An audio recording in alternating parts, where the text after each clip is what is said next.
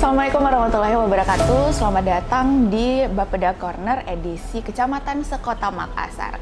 Kali ini saya berada di salah satu kecamatan yang jumlah penduduknya cukup besar dari seluruh atau dari 15 kecamatan yang ada di Kota Makassar. Kalau dari data BPS di tahun 2023 jumlah penduduknya mencapai kurang lebih 140 ribuan jiwa. Nah, kira-kira update-nya di tahun ini seperti apa? Nantikan terus Bapeda Corner bersama saya Elsa Daud.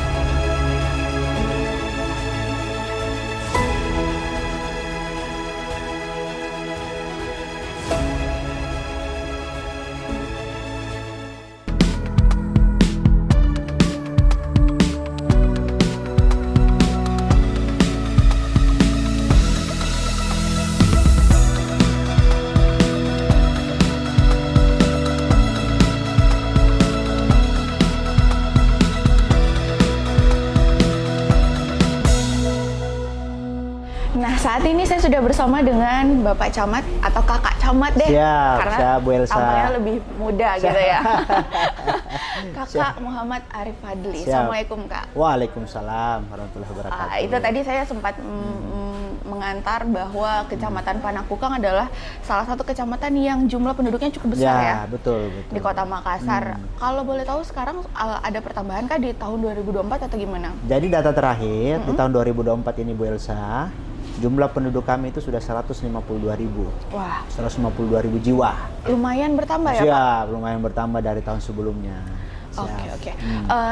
Kecamatan Panakukang ya. Saya tadi lupa nih memperkenalkan bahwa Kakak Ari ini sebagai camat dari Kecamatan Panakukang yang juga merupakan salah satu kecamatan yang posisinya itu berada di area sentra Kota Makassar. Siap. Di sini ada lumayan banyak pusat-pusat perputaran ekonomi. Betul. Kemudian juga beberapa perumahan-perumahan elit kalau saya bilang ya. Betul. Nah, boleh diceritakan sedikit Kak, atau kita deskripsikan sedikit gambaran umum dari kondisi di Kecamatan Panakukang. Siap, ya. Jadi begini Bu Elsa, Kecamatan Panakukang ini salah satu bagian dari 15 kecamatan yang ada di Kota Makassar. Ya. Gitu. Kecamatan Panakukang juga merupakan wilayah yang jumlah penduduknya cukup besar. Kami di Kecamatan Panakukang itu terdiri dari 90 RW, 475 RT. Dari 11 kelurahan yang ada di Panakukang. Khusus untuk penduduk, sebagaimana saya sampaikan tadi, itu kita sudah di posisi 152.000. Dengan luas wilayah kami 17 km persegi. Memang ini Panakukang cukup unik sebenarnya. Karena kenapa? Salah satu kecamatan atau lokasi yang ada di Kota Makassar sebagai objek perputaran perekonomian. Kita kota bersama kan Mall Panakukang, Jalan Boulevard, Pengayoman, lokasi-lokasi usaha kan sangat masif sekali di situ. Betul. Apalagi setiap minggu pagi, bisa mungkin Bu Elsa juga, Car Free Day juga di situ. Ya, salah satunya ada di lokasi kami di Jalan Boulevard. Di situ kan banyak UMKM biasanya. Betul. Ya, larinya cuma 10 menit.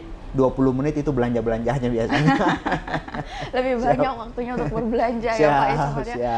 Baik, sebagaimana kondisi dari Kecamatan Panakukang yang menjadi area sentra pusat ya di Kota Makassar, tentu ini juga menjadi kalau kita bisa bilang challenge dan juga tantangan ya buat Pak Camat karena Kota Makassar secara garis besar juga menjadi salah satu kota tujuan yang kemudian banyak sekali yang dikunjungi oleh orang-orang yang bukan berdomisili di sini. Ya, betul. Kemudian juga karena Kecamatan Makassar ada menjadi salah satu pusat perputaran ekonomi, otomatis juga pendatang-pendatang banyak yang datang ke sini untuk mencari pekerjaan misalnya. Betul.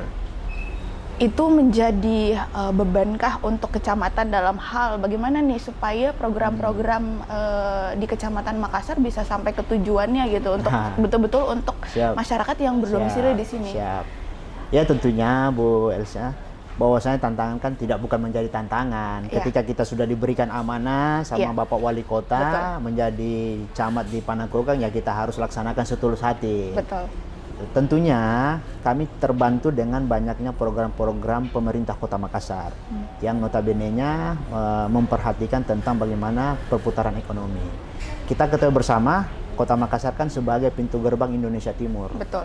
Jadi saudara-saudara kita yang dari Jawa mau ke Indonesia Timur, ke Maluku, ke Papua pasti singgahnya di Kota Makassar. Iya. Bisa saja mereka tidak langsung berangkat, transit langsung berangkat. Biasanya mereka nginap 1-2 hari mungkin. Begitupun juga saudara-saudara kita dari Indonesia Timur mau ke barat, mereka pasti singgahnya di Kota Makassar. Jarang dan mungkin tidak banyak penerbangan yang langsung direct kan, maksudnya penerbangan langsung direct yang langsung ke lokasi tujuan. Jadi memang posisi kita strategis sebenarnya ini yang menjadi tantangan kita sebenarnya di Kota Makassar. Apalagi di Kecamatan Panakukang ini, Bu Elsa, banyak lokasi-lokasi yang menjadi kunjungan-kunjungan dari masyarakat kita dari luar. Kita mempunyai 2 mall yang besar di Kecamatan Panakukang, Mall Nipah di Jalan Urip dan juga Mall Panakukang di Jalan Boulevard. Nah, ini 2 mall nih yang ramai. 2 kunjungan sentral dari masyarakat kita, baik itu kunjungan dari kabupaten kota yang masuk ke Makassar ataupun dari daerah-daerah lain. Berapa tempat usaha dan juga tempat penginapan yang ada di Makassar, Hotel Miko, Grand Asia dan beberapa tempat-tempat penginapan.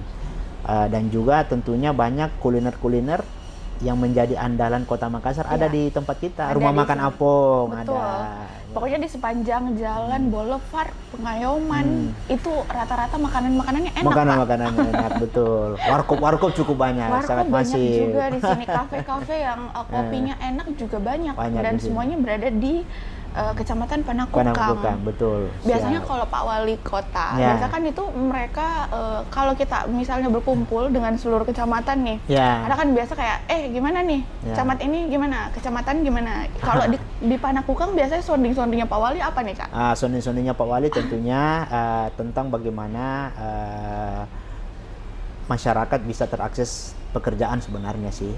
Ya, karena kenapa? Walaupun Kecamatan Panakukang itu salah satu sentra perputaran ekonomi atau sentra bisnis, tetapi tidak semua kelurahan di 11 kelurahan itu merata. Karena kami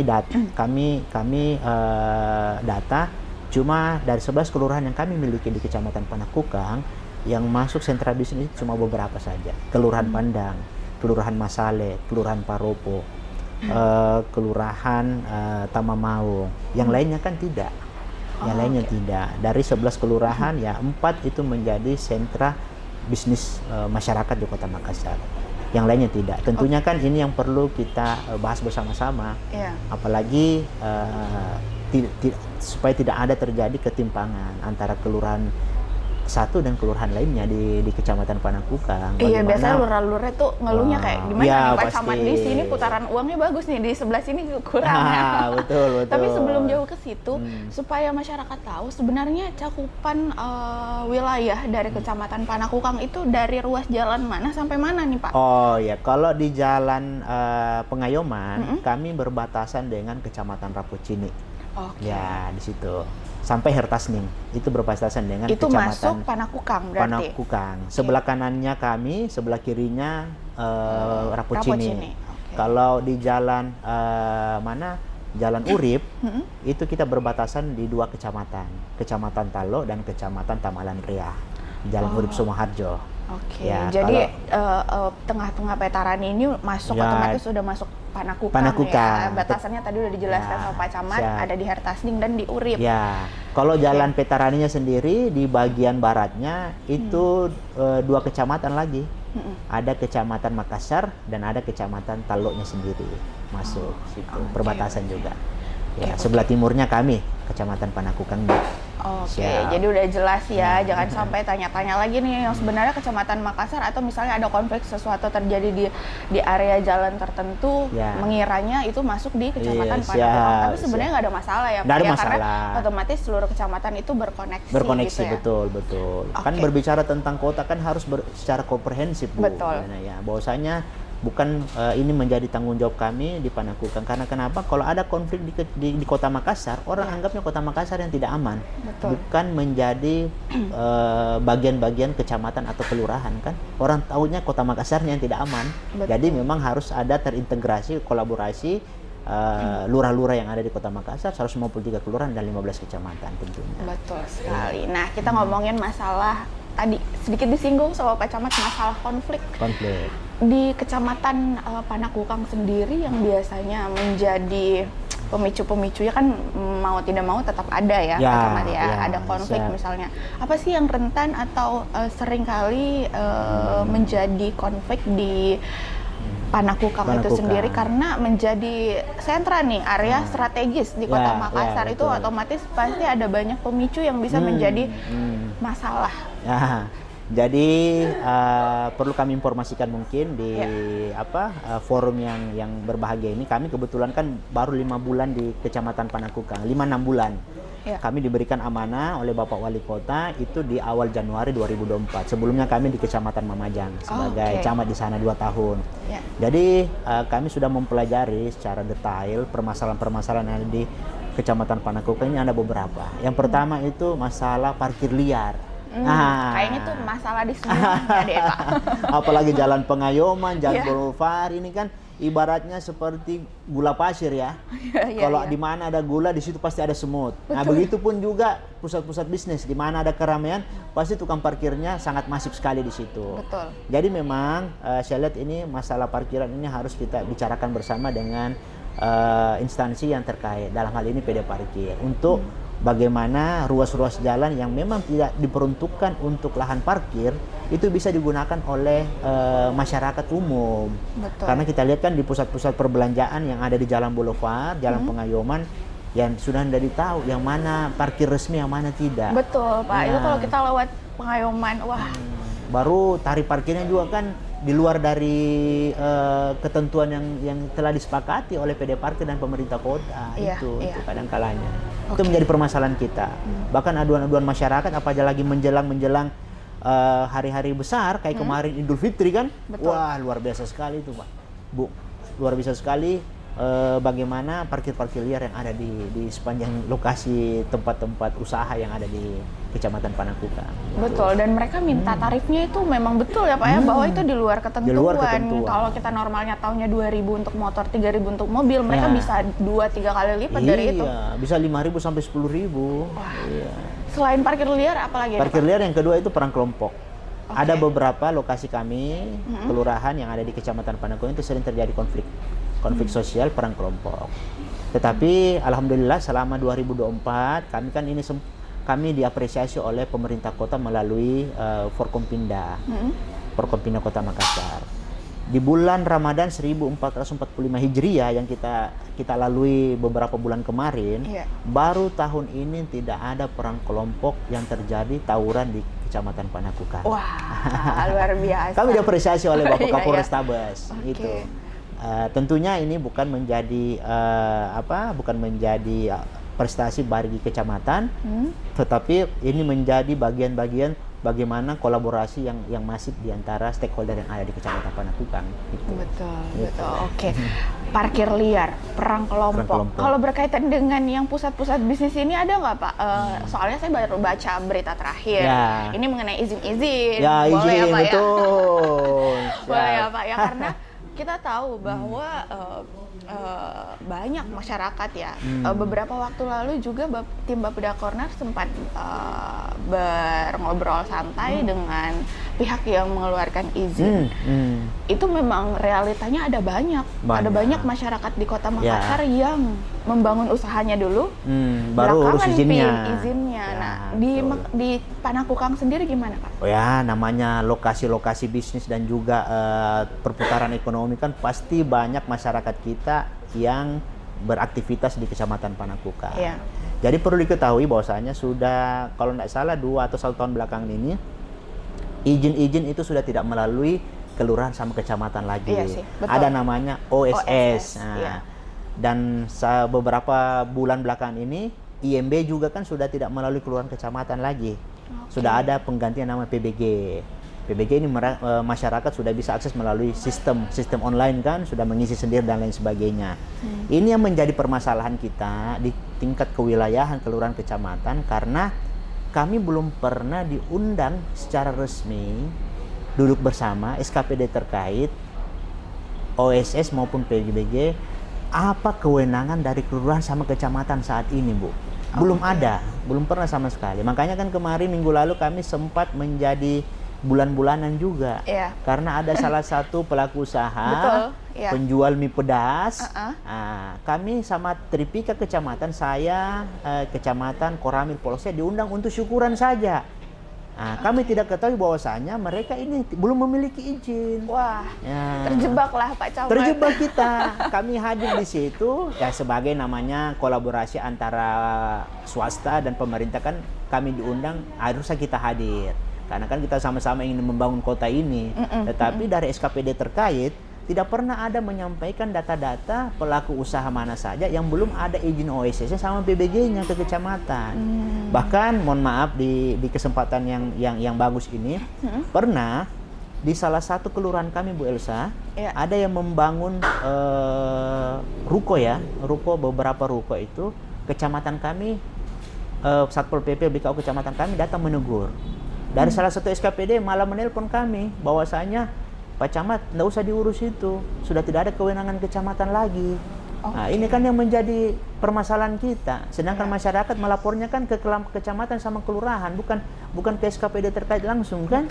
Jadi harus ada duduk bersama dulu, kewenangan kelurahan kecamatan itu apa, SKPD terkait yang mengeluarkan itu izin itu apa. Karena dulu enak, karena semua pelaku usaha atau masyarakat kita yang ingin berusaha dan ingin membangun usahanya harus dulu minta tanda tangan kelurahan kecamatan. Jadi datanya kita ada. Ya, bahkan di izin mendirikan bangunan dulu kan harus ada tanda tangan tetangga-tetangganya. Betul. Sekarang kan tidak ada. Jadi kadang kalanya masyarakat tiba-tiba, kenapa ada aktivitas pembangunan di samping rumah saya? Belum ada permintaan persetujuan dari saya, kan begitu. Ini menjadi permasalahan kita sekarang di Kecamatan Panakukang. Bahkan sebelum saya pindah ke sini di Mamajang juga kemarin masalah izin operasional usaha kafe dan lain sebagainya kan bermasalah juga di sana kemarin kita. Ada salah satu pelaku usaha yang ternyata kafe ternyata live musik sampai tengah malam, baru dia berdekatan dengan gereja. Wah, itu menjadi permasalahan. Betul. Ini yang menjadi salah satu permasalahan. Tadi betul sekali yang disampaikan Pak Camat bahwa memang perlu ada duduk bersama ya Pak ya. Jadi kita bisa tahu sampai di mana nih batas kewenangannya, kemudian keterlibatan kecamatan, kelurahan juga sampai di mana. Jangan sampai nanti ada permasalahan dilempar ke kecamatan, ke kelurahan. Kenapa tidak diawasi? Padahal selama pemberlakuan OSS sampai BG kita belum pernah diundang bersama-sama. Itu kan konyol saya rasa kan. Sementara masyarakat taunya ya pasti akan melapor ke pemerintah setempat, dalam hal ini mungkin paling dekat kelurahan dan kecamatan. Betul. Itu Bu Elsa. Itu menjadi permasalahan kita di Kecamatan Panakukang. Masifnya pembangunan, masifnya masyarakat melakukan usaha dan sudah tidak ada koordinasi di kelurahan kecamatan. Mereka sudah online system. Apalagi di sini Kecamatan Panakukang menjadi salah satu pusat bisnis. Pusat bisnis di Kota Makassar. Harusnya itu lebih diperjelas lagi ya Pak Camat ya. Baik, kita pindah sedikit nih Pak. Siap. Saya mau bahas sedikit masalah program. Program-program unggulan dari Kecamatan Panakukang sendiri di 2024 ini yang tengah berjalan. Adakah kemudian mungkin program inovasi? Apalagi sekarang mungkin kita tahu bersama bahwa Pak Wali itu sangat mengedepankan bagaimana kita memanfaatkan digitalisasi. Kemudian di Kecamatan Panakukang sendiri, adakah program tertentu atau program yang tengah berjalan saat ini yang berkaitan dengan digitalisasi? Jadi memang di kepemimpinan Pak Wali Kota yang periode kedua ini diminta seluruh SKPD, baik SKPD teknis maupun kecamatan, setiap tahun melakukan inovasi-inovasi Bu Elsa. Khusus untuk di Kecamatan Panakukang tahun ini kita lagi fokus untuk proses pendapatan daerah melalui retribusi persampahan. Itu kita sudah rencana untuk digitalisasi. Sebenarnya sudah mulai tahun lalu, bahkan kami juga di Mamajang kemarin sudah laksanakan itu. Tahun ini kita sudah mulai masifkan. Itu sudah tidak menggunakan uang tunai lagi, sudah cashless, menggunakan kris kan. Bahwasanya sudah tidak ada lagi proses-proses penarikan retribusi persampahan di tengah-tengah masyarakat. melalui uang tunai, sudah melalui cashless lagi. Apalagi kan target di Kecamatan Panakukang cukup besar. Berapa Tahun tuh, ini Pak? 4,3 miliar. Wah, untuk retribusi persampahan. besar. Itu besar Nah, sekali. sekarang udah di bulan 7 ini gimana Bulan 7 progresnya, kita Pak? sudah di posisi 1,9 miliar. Oh, oke. Oke, Kami oke. optimis di akhir tahun nanti Desember kita capai lah itu. Wah, Gitu. luar biasa. Karena kan kontribusi kita juga ke pemerintah daerah. Biar kita mau membangun apa, tapi kalau uang kita tidak ada melalui PAD kan sama aja kan. Betul. Itu.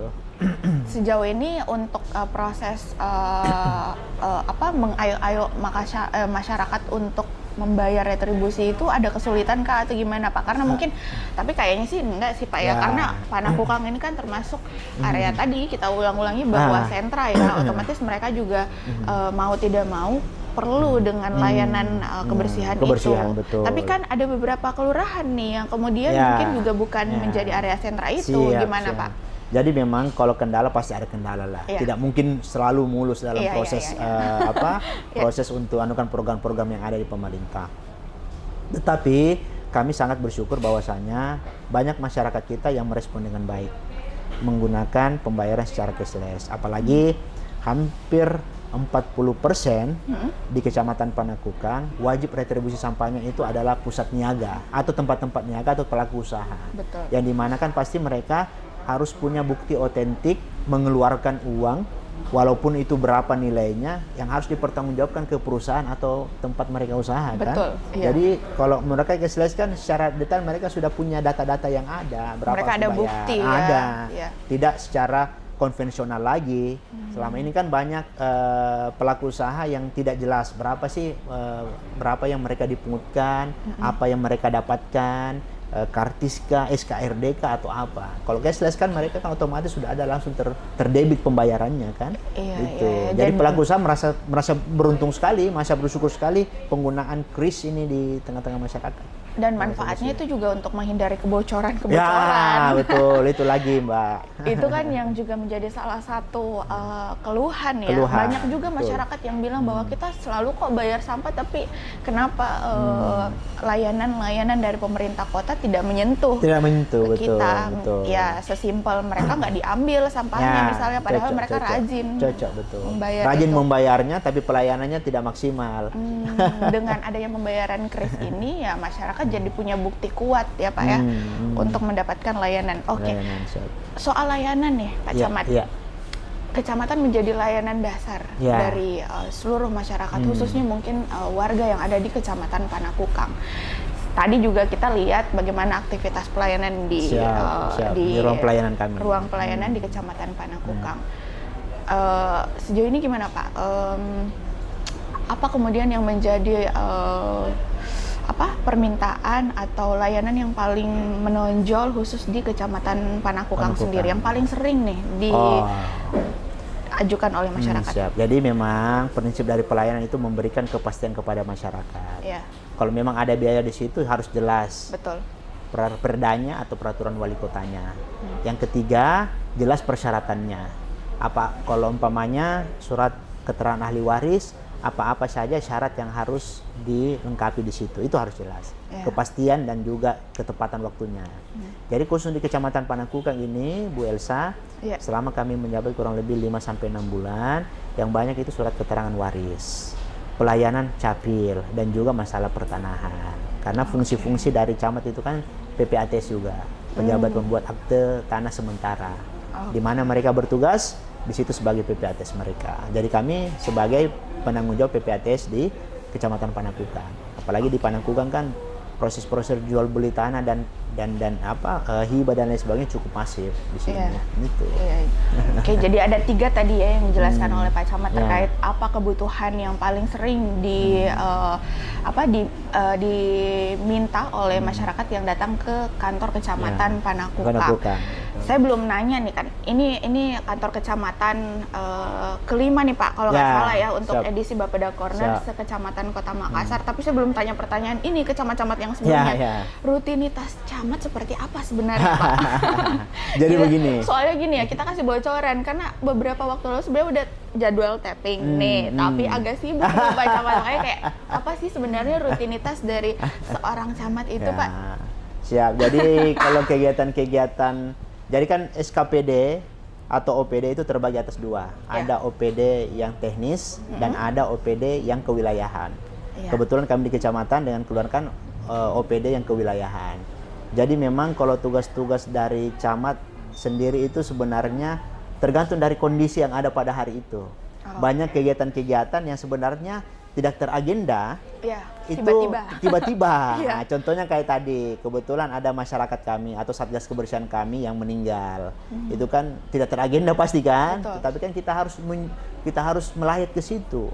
Nah, tentunya ini tidak teragenda. Yang kedua juga tentunya kewilayahan itu sebenarnya tidak ada batasan waktunya. Nah, biar Sabtu Minggu walaupun tanggalnya merah istirahat, tetapi kita harus standby. Karena kalau ada kejadian-kejadian di wilayah, yang dicari pertama Pak Lurah, Ibu Lurah dengan Pak Camatnya. Nah, Pak Camatnya. Kalau ada kebutuhan masyarakat tidak kenal waktu, biar malam mau hubungi ada kejadian kebakaran pasti hubungi Pak Lurah, Bu Lurah atau Pak Camat. Nah, kalau ada kejadian-kejadian perampokan, permasalahan-permasalahan apa semua pasti larinya ke wilayah. Jadi sebenarnya tidak ada jadwal pastinya kalau Pak Camat. Pokoknya standby 24 jam. Standby saja, harus standby. Bahkan perintah Pak Wali Kota, Camat, Lurah tidak boleh matikan HP-nya. Wah, harus standby 24 jam. Harus standby 24 jam, betul. Betul. Karena ya kita tahu bahwa pemerintah kecamatan, kelurahan merupakan representasi dari pemerintah Kota Makassar. Kota, betul. Pelayanan terdekat kan kelurahan sama kecamatan. Jadi masyarakat melalui RT RW-nya ada permasalahan pasti larinya ke kecamatan dan kelurahan. Nah, ini yang harus dipahami oleh bersama-sama ini mengenai kondisi-kondisi seperti begitu. Betul. Terakhir Pak Camat, ini kebetulan karena Pak Camat ada agenda lain. Harapan yang mungkin bisa disampaikan kepada masyarakat, khususnya mungkin masyarakat yang ada di Kecamatan Panakukang, dari Pak Camat berharap seperti apa, atau mungkin secara garis besar apa yang diharapkan khusus dari pemerintah Kota Makassar? Ya, jadi harapan-harapan kami khususnya kepada pesan-pesan lah kepada masyarakat Bu Elsa mungkin bahwasanya banyak program-program yang baik yang telah disampaikan oleh pemerintah Kota Makassar. Ada lorong wisata dan lain sebagainya. Kami berharap kolaborasi untuk membangun program-program tersebut harus dimaksimalkan dengan dorongan dari masyarakat. Pemerintah hanya sebagai motivator, tetapi yang laksanakan di lapangan kan masyarakat. Menjaga lorongnya, menjaga masyarakatnya, menjaga lingkungannya kan itu harus kembali ke masyarakat. Sering saya sampaikan kepada masyarakat, citra baik dari sebuah lingkungan itu bukan karena camatnya, bukan karena lurahnya, bukan karena koramil dan kapolseknya, tetapi dari masyarakatnya sendiri. Citranya mau baik mau buruk tergantung dari masyarakatnya. Mereka membangun sebuah pencitraan yang baik, maka akan baik pula wilayah tersebut. Yakin dan percaya, kalau wilayah kita dianggap tidak baik, pasti masyarakat tidak mau akan kunjungi. Tetapi kalau kita sudah membangun citra yang baik dan keamanan dan ketertibannya baik, yakin dan percaya masyarakat pasti akan ingin datang ke wilayah kita. Biar kita mau mencitrakan bagaimana, tetapi kalau lingkungannya dan masyarakatnya tidak mau bersatu padu, berkolaborasi, ya sama saja. Jadi kami harap masyarakat kami bisa berkolaborasi, bisa membantu kami di pemerintah kecamatan untuk mensukseskan program-program yang baik dari pemerintah Kota Makassar. Mungkin itu. Betul sekali. Jadi memang butuh partisipasi dari masyarakat Kota Makassar untuk bersama-sama berkolaborasi, Pak. Karena ada banyak program dan tentu program itu bukan untuk pemerintah kota, tapi semata-mata tujuannya adalah untuk bagaimana masyarakat bisa merasakan langsung. Betul. Ya, kita sebagai motivator saja. Ya, masyarakat harus ikut juga terlibat secara langsung di dalamnya. Iya, betul. Dia percuma dong pemerintah kecamatannya bikin kegiatan tapi masyarakat tidak berpartisipasi, sama aja, Pak, ya. Baik, kita doakan semoga seluruh program-program yang ada di Kecamatan Panakukang bisa berjalan lancar, Pak. Amin. Masalah-masalah yang tadi sempat dibahas bisa segera diselesaikan, ya. Terima kasih banyak, Kak Ari, untuk kesempatannya di Babeda Corner edisi Kecamatan Sekota Makassar. Nantikan episode-episode lain bersama narasumber kita yang lain juga. Saya Elsa Dawi pamit. Assalamualaikum warahmatullahi wabarakatuh. Waalaikumsalam warahmatullahi wabarakatuh.